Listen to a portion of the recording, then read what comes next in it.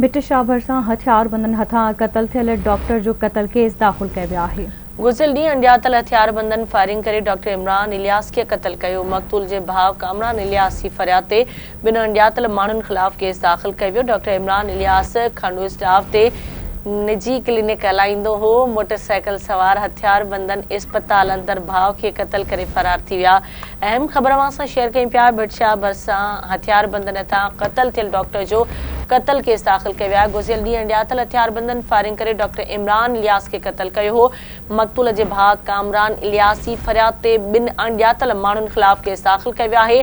Doctor Imran Ilyas Khandu staff ते निजी clinic हलाईंदो। फरियादी जो चवणु आहे मोटरसाइकिल सवार ھٿياربندن अस्पताल अंदर भाउ खे क़तल करे फरार थी विया। पुलिस क्लिनिक ते कमु कंदड़ ॿिनि मुलाज़िमनि ऐं हिक शकी शख़्स खे गिरफ़्तार करे वरितो आहे।